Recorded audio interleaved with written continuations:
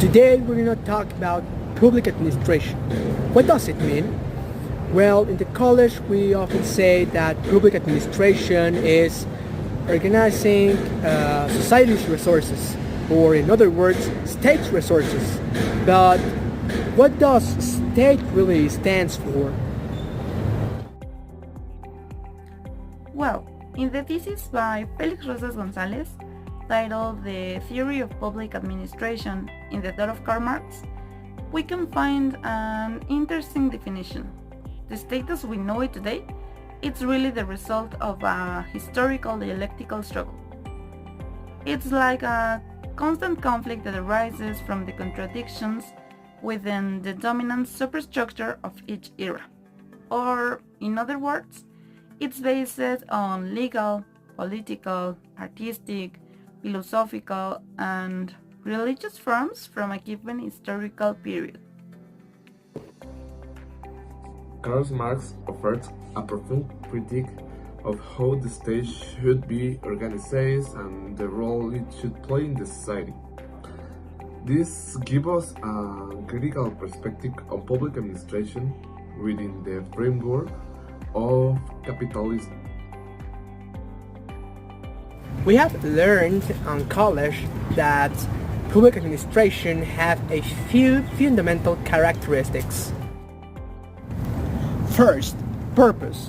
It aims for the community well-being by implementing laws. Second, it is a tutelage system that encompasses the whole community.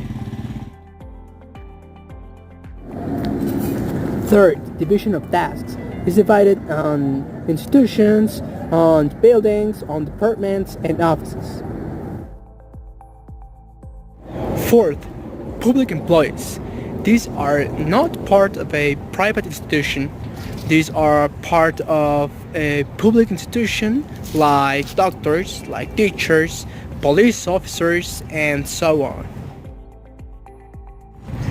Infrastructure, that is related to all the buildings that are built based on or thinking on this public administration, like schools, like hospitals, like police departments, and so on. And that's right. Those characteristics are the bare minimum requirements for a state to function. But the devil is in the details. The way these characteristics are executed in each state is just questionable. Exactly. And public administration has played a changing role in history, particularly in terms of how it has served power structure and class relations at each historical stage.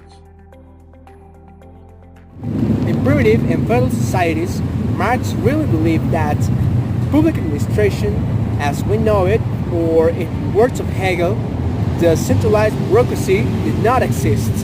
Administrative functions were integrated into the society itself. With feudalism, feudal lords began to exercise administrative power over peasants, marking the start of an administration based on one class's control over another, but without a developed state bureaucracy. Then, with the emergence of centralized monarchies, the state and public administration began to centralize. Under monarchies, administration was used to consolidate the power of kings and nobility, reinforcing their privilege over peasants and the working classes. Finally, we've got bourgeoisie, or the capitalist system as we know it today. With the Industrial Revolution, this new interest became a new form or new way to protect the whole system. There was a priority to protect these interests, or in words of Marx, the public administration became a tool to protect the interest of the dominant class, or in other words, the bourgeoisie.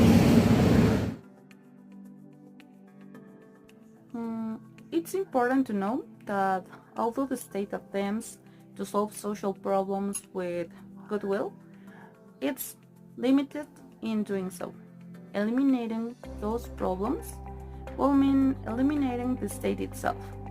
The state manages the pauperism of society, thinking it can eradicate it, without acknowledging that it itself is the cause of these issues.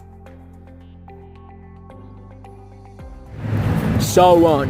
Public administration becoming bigger and bigger and keep growing to establish a new balance into the economic system, or at least in this economic system, it develops a new and bigger and strong apparatus to manage this economic capitalist system. Now, and that is the question. Now, what are the critics or the main critics from Rosas Gonzalez' thesis? One of the first critics is of bureaucracy.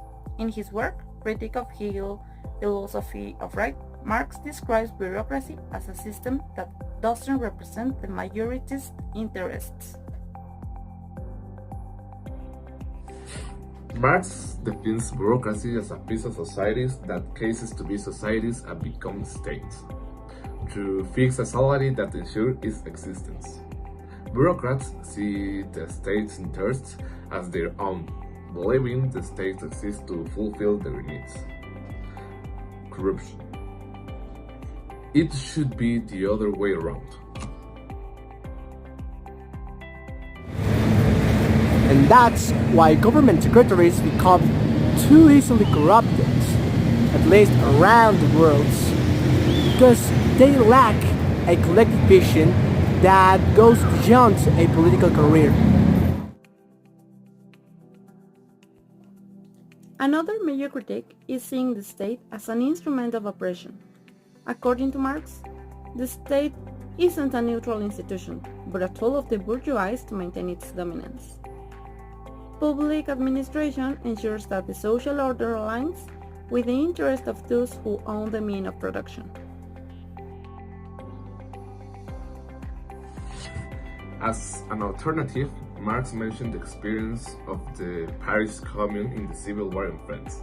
The Commune was a model where power lay with the workers, with elected representatives who could be removed at any time. Privileges were abolished, and the goal was an administration where officials were accountable to the people.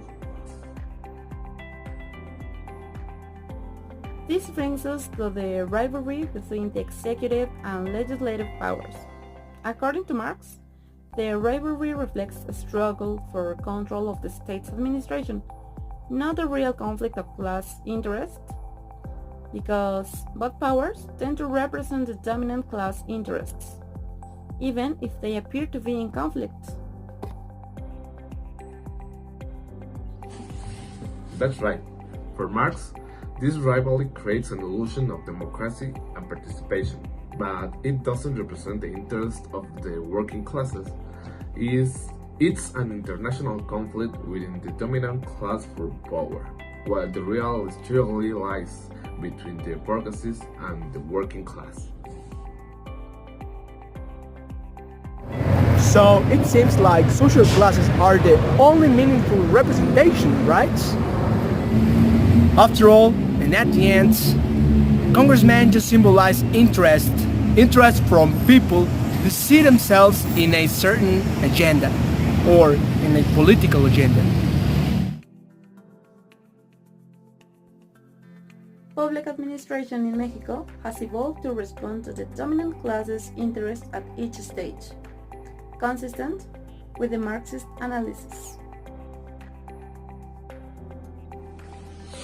So, by observing how public administration has evolved in Mexico, we can see it has functioned as a tool of control and power like limitation, much like Marx describes in other contexts.